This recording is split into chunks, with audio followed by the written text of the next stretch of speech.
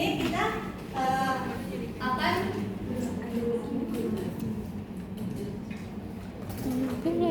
membahas mengenai pengelolaan pendidikan di tingkat mikro, meso, dan makro. Maksudnya adalah, jadi pengelolaan pendidikan itu ada 3 tingkat. Yang pertama itu ada mikro. Mikro itu berada di tingkatan paling bawah atau tingkatan di bagian sekolah. Lalu ada meso, yaitu berada di tingkatan tengah atau di kabupaten dan kota. Selanjutnya ada di tingkat makro, yaitu pengelolaan pendidikan pada tingkat paling tinggi atau nasional dan internasional. Nah, selanjutnya akan dijelaskan oleh Diri. Di sini ada pengelolaan pendidikan di tingkat mikro. Pengelolaan pendidikan di tingkat mikro merupakan proses yang sangat penting dalam proses pendidikan nasional. Pada tingkat mikro, yaitu di sekolah, proses pengelolaan pendidikan melibatkan berbagai aspek, mulai dari pengambilan keputusan, pengelolaan kelembagaan, hingga instruksi dari atas atau dari luar. Tujuan utama pengelolaan pendidikan di tingkat mikro adalah meningkatkan efisien, mutu, dan pemerataan pendidikan.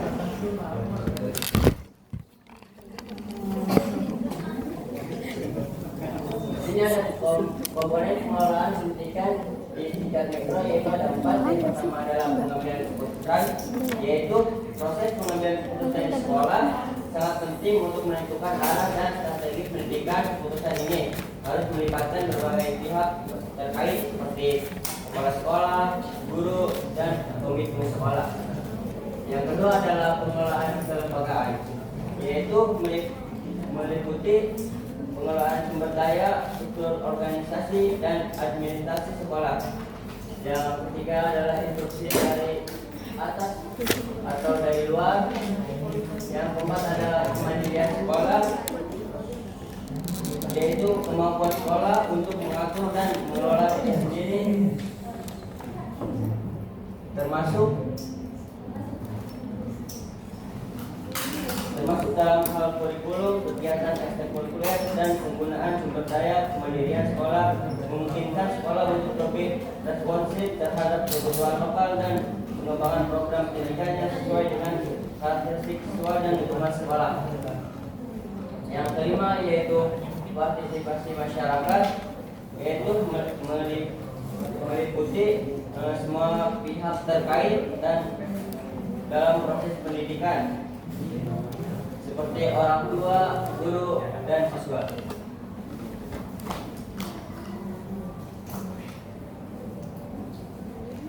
Terus selanjutnya di sini ada manfaat pengelolaan pendidikan di tingkat mikro, yaitu ada 3. Yang pertama peningkatan efisien, yang dimana pengelolaan yang baik di tingkat sekolah memungkinkan penggunaan sumber daya secara optimal, baik sumber daya manusia, keuangan, maupun fasilitas. Yang kedua yaitu peningkatan mutu, yang dimana pengelolaan yang efektif di tingkat mikro memungkinkan sekolah untuk fokus pada kebutuhan spesifik siswa dan lingkungan sekolah. Yang ketiga yaitu peningkatan parameter, yang dimana pengelolaan yang baik di tingkat mikro dapat membantu mengatasi kesenjangan kualitas pendidikan antar sekolah. Baik, bisa dilanjutkan. Selanjutnya ada pengelolaan pendidikan di tingkat meso atau kabupaten dan kota. Jadi, pemerintah kabupaten atau kota memiliki peran signifikan dalam menyelenggarakan pendidikan dasar dan menengah, serta pendidikan yang berbasis keunggulan lokal. Tertuang dalam Undang-Undang Nomor 23 Tahun 2014 tentang otonomi, yang dimana salah satunya mengatur tentang pengelolaan pendidikan, berisi bahwa pengelolaan pendidikan jenjang PAUD, SD, dan SMP menjadi kewenangan pemerintah kabupaten atau kota atau di tingkat meso ini. Jadi boleh dilanjut. Selanjutnya ada prinsip-prinsip pengelolaan pendidikan. Yang pertama ada division of work atau asas pembagian kerja, yang dimana pembagian tugas antara semua orang bekerja menjadi sangat penting karena dapat memperoleh hasil kerja yang baik sesuai dengan keahlian masing-masing. Misalnya, kepala sekolah memiliki tugas sendiri, begitupun guru dan pegawai memiliki tugas dan tanggung jawab masing-masing yang berbeda. Yang kedua ada authority and responsibility atau asas wewenang dan tanggung jawab. Semua komponen yang sudah diberikan tugas memiliki wewenang untuk membuat memperlancar tugas masing-masing. Kepala sekolah harus memiliki wewenang untuk mengambil keputusan yang tepat dan bertanggung jawab atas setiap kegiatan di sekolah. Dan yang terakhir ada perencanaan yang baik. Perencanaan yang baik adalah membuat keputusan yang disesuaikan dengan kondisi yang diharapkan ke depannya. Proses pengorganisasian harus disusun sesuai dengan tujuan organisasi, sumber daya, dan lingkungan yang melingkupinya. Selanjutnya ada komponen-komponen standar pengelolaan pada pengelolaan pendidikan pada tingkat meso. Yang pertama ada standar perencanaan sekolah, yaitu visi, misi, tujuan, dan rencana sekolah. Komponen ini mencakup tujuan sekolah yang terukur. Sedangkan visi misi sekolah tersebut harus jelas dan dapat dipahami dengan baik. Yang kedua ada standar pelaksanaan, yaitu komponen ini mencakup pedoman yang jelas untuk pelaksanaan kegiatan, struktur organisasi yang efektif, pelaksanaan kegiatan yang berjalan sesuai dengan rencana, bidang kesiswaan yang memadai, bidang kurikulum yang relevan, dan kegiatan pelajaran yang elektronik.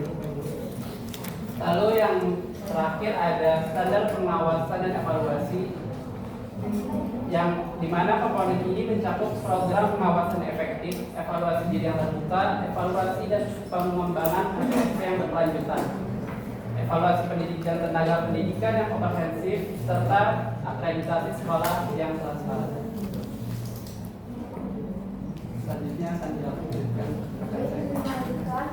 Selanjutnya ini yang terakhir ada pengelolaan pendidikan di tingkat makro. Manajemen pendidikan tingkat makro mengacu pada pengelolaan dan pengaturan pendidikan pada tingkat nasional atau internasional. Pada tingkat ini, kebijakan pendidikan yang komprehensif dikembangkan, standar pendidikan ditetapkan, dan sumber daya dialokasikan untuk memastikan bahwa sistem pendidikan merespon kebutuhan masyarakat dan tantangan global. Dari sini ada peran dan tanggung jawab dari tingkatan makro. Yang pertama itu pemerintah pusat. Pemerintah pusat itu dari Kementerian Pendidikan memegang peran utama dalam merumuskan kebijakan pendidikan nasional. Ini mencakup penetapan kurikulum nasional, standar pendidikan, pengelolaan anggaran pendidikan, dan pengembangan program-program pendidikan yang berskala besar. Selanjutnya ada badan legislatif atau parlemen atau lembaga legislatif berperan dalam membuat undang-undang terkait pendidikan dan mengevaluasi implementasi kebijakan pendidikan oleh pemerintah. Selanjutnya ketiga ada organisasi internasional. Organisasi internasional itu ada UNESCO dan UNICEF. Ini biasanya berperan dalam memberikan panduan, dukungan teknis, dan pendanaan untuk proyek-proyek pendidikan di tingkat nasional, terutama di negara-negara berkembang. Selanjutnya terakhir ada institusi nasional lainnya. Biasanya ini lembaga badan akreditasi nasional, lembaga statistik, departemen terkait pendidikan tinggi memainkan peran penting juga di tingkat makro. Nah, selanjutnya ada implementasi di tingkat makro. Di sini ada tiga. Yang pertama kurikulum nasional, yaitu mengembangkan dan menerapkan kurikulum yang memenuhi kebutuhan zaman seiring dengan upaya banyak negara untuk mengintegrasikan literasi digital dan pendidikan STEM atau Science, Technology, Engineering, and Mathematics. Selanjutnya ada program pendidikan inklusif, yaitu mengembangkan kebijakan pendidikan inklusif untuk menjamin akses yang sama terhadap pendidikan bagi semua anak, termasuk anak berkebutuhan khusus. Selanjutnya ada kebijakan beasiswa nasional, yaitu mendirikan program beasiswa untuk mendukung siswa berprestasi dari berbagai latar belakang, termasuk siswa dari daerah terpencil dan siswa kurang mampu secara ekonomi.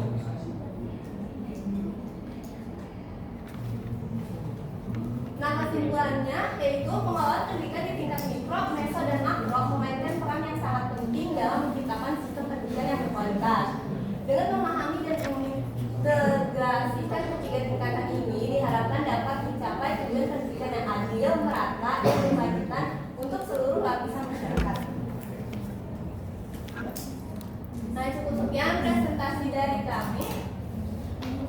yang ingin bertanya? Bentar, Bos. Sebelumnya izin memperkenalkan diri, saya Asila dari kelompok 3. Mungkin bisa slide semula. Nah, itu kan kebijakan beasiswa nasional.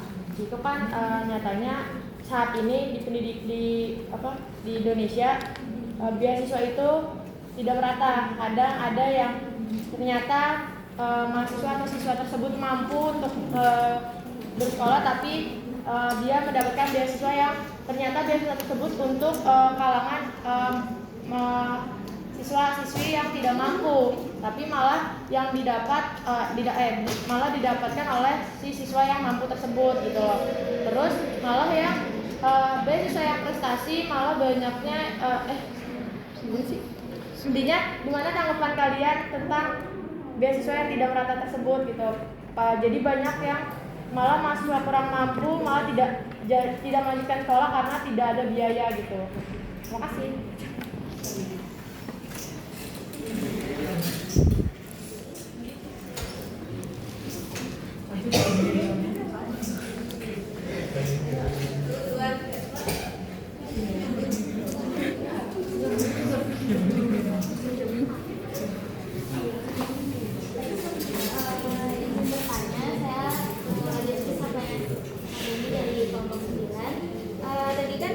Soal pemerataan ya.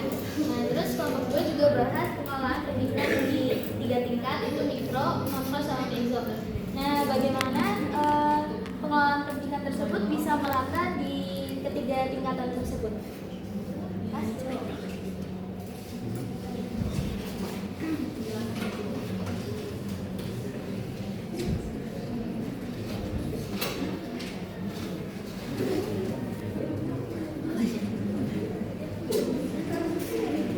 Kelompok selanjutnya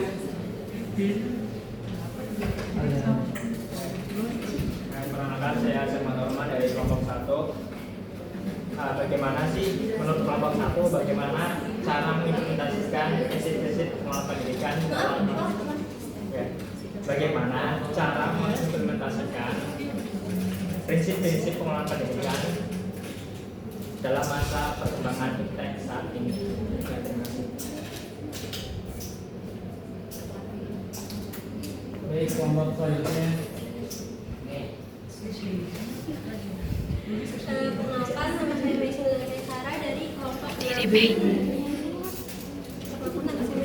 Dari kelompok 6, pertanyaannya itu kan ini membahas tadi ada tingkat makro juga ya. Nah, tingkat makro itu kan pengelolaan pendidikan di tingkat sekolah atau lembaga. Nah, zaman sekarang ini kan banyak ya pembelajaran yang dilakukan berbasis proyek. Menurut kelompok kalian, seberapa efektif penerapan pembelajaran berbasis proyek atau project based learning dalam meningkatkan motivasi dan hasil belajar siswa?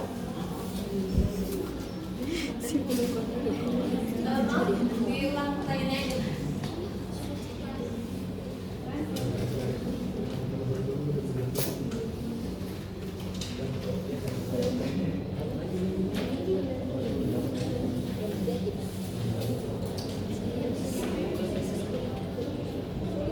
kelompok selanjutnya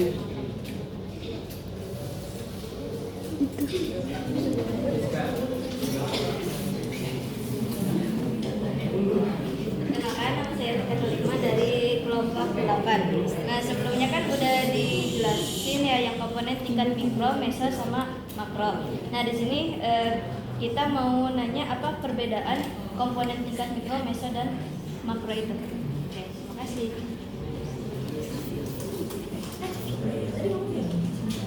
kelompok selanjutnya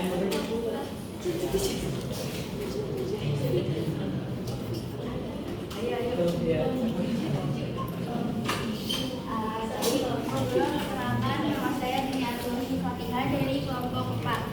Izin bertanya, sebelumnya kan udah disinggung sama Asila ya dari kelompok 3, di mana beasiswa di Indonesia ini kan belum merata dan juga seringkali tidak tepat sasaran gitu. Nah, menurut kalian upaya apa sih yang harus dilakukan gitu biar pemberian beasiswa ini tepat sasaran dan juga bisa merata gitu? Terima kasih. kelompok selanjutnya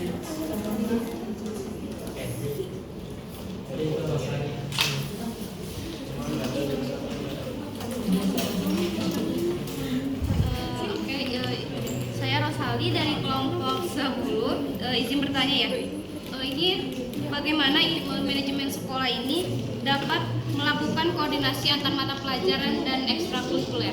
Terima kasih.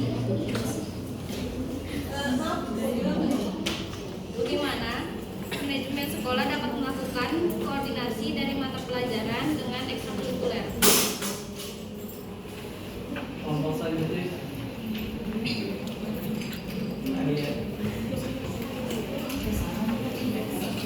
Perkenalkan, nama saya Alia dari kelompok 14. Tadi kan udah dijelasin ya tingkatan mikro, meso, sama makro.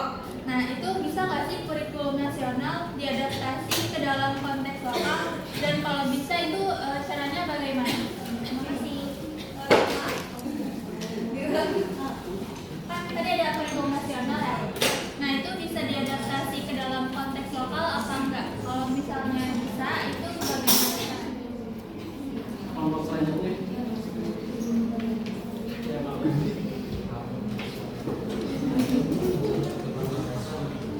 Perkenalkan, nama saya Maulana Armarito, saya dari kelompok 12. Saya ingin bertanya di tingkat meso distrik kabupaten dan pemerintah daerah. Pertanyaannya adalah bagaimana cara yang efektif untuk pemerintah daerah dalam melakukan pengawasan dan evaluasi terhadap kualitas pendidikan di sekolah-sekolah yang berada di bawah yurisdiksi mereka. Apa tantangan terbesar dalam proses ini? Terima kasih.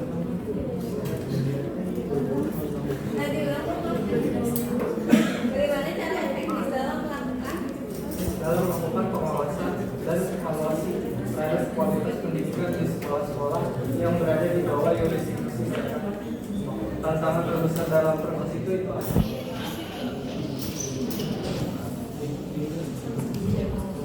Kelompok selanjutnya.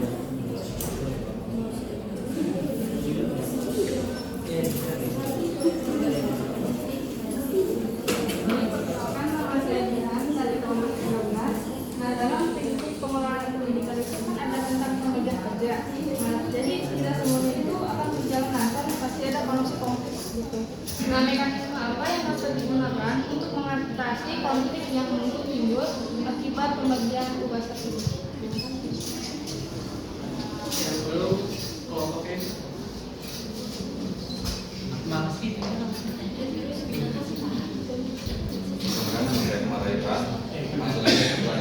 Proses apa saja yang dilakukan pada tahap peningkatan mutu pengelolaan pendidikan di tingkat mikro?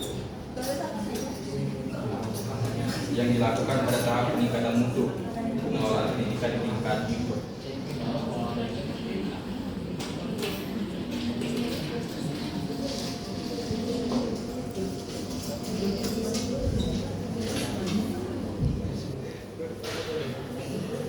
Sudah semua kelompok ini? Ini sudah semua kelompok 13? Ada yang belum? Perkenalkan,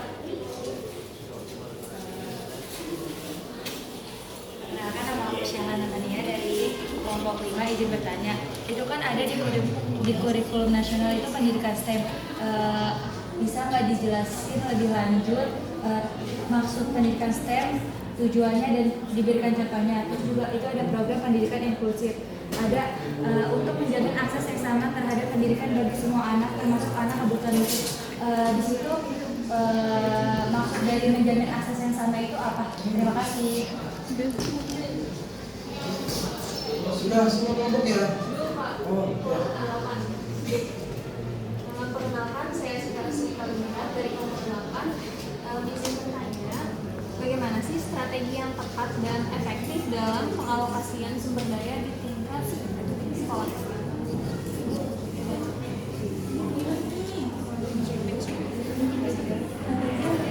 Dan efektif dalam pengalokasian sumber daya.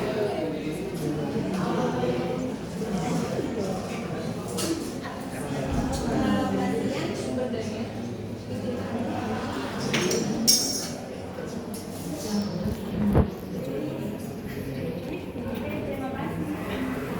Ya, kita dulu.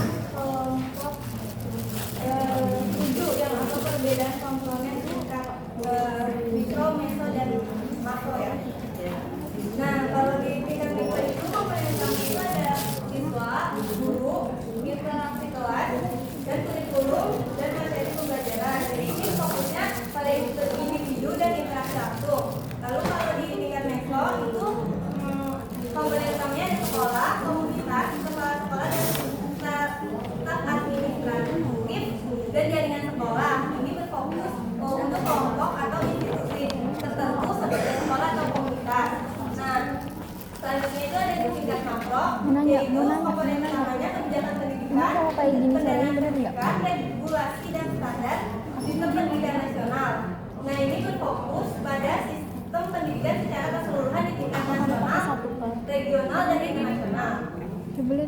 Jadi, ini tuh apa? kalau mikro itu berfokus pada individu dan interaksi langsung dalam kelas, kalau meso itu berfokus pada institusi atau kelompok seperti sekolah dan komunitas, kalau makro itu berfokus pada keseluruhan sistem pendidikan di tingkat nasional dan global. Baik, izin menjawab pertanyaan dari kelompok 5, yaitu apakah bisa dijelaskan tentang pendidikan STEM dan tujuannya? Jadi apa sih pendidikan STEM? Pendidikan STEM adalah singkatan STEM. STEM adalah singkatan dari Science, Technology, Engineering, and Mathematics. Pendidikan STEM merupakan pendekatan pembelajaran yang mengintegrasikan keempat bidang ilmu tersebut ke dalam satu kurikulum. Tujuannya adalah untuk mengembangkan kemampuan siswa dalam mencakap masalah, berpikir kritis, kreatif, dan kolaboratif, serta mempersiapkan mereka untuk menghadapi tantangan di abad ke-21 yang makin kompleks. Dan tujuan dari pendidikan STEM adalah yang pertama mengembangkan keterampilan pada abad 21. Yang kedua ada mempersiapkan untuk dunia kerja. Yang ketiga ada mendorong inovasi. Lalu kesimpulannya, pendidikan STEM merupakan pendekatan pembelajaran yang sangat penting untuk mempersiapkan siswa menghadapi masa depan. Dengan mengintegrasikan ilmu pengetahuan, teknologi, teknik, dan matematika, siswa akan memiliki keterampilan yang dibutuhkan untuk menjadi warga negara yang produktif dan inklusif. Terima kasih. Nah, di sini saya menjawab pertanyaan dari kelompok 8, yaitu aspek dalam pengelolaan sumber daya tingkat mikro, yang dimana itu ada 4 pasal ini. Pertama ada perencanaan, yaitu kedua pengorganisasian, yang ketiga pengarahan, dan yang keempat pengawasan. Ya, dari kelompok kami.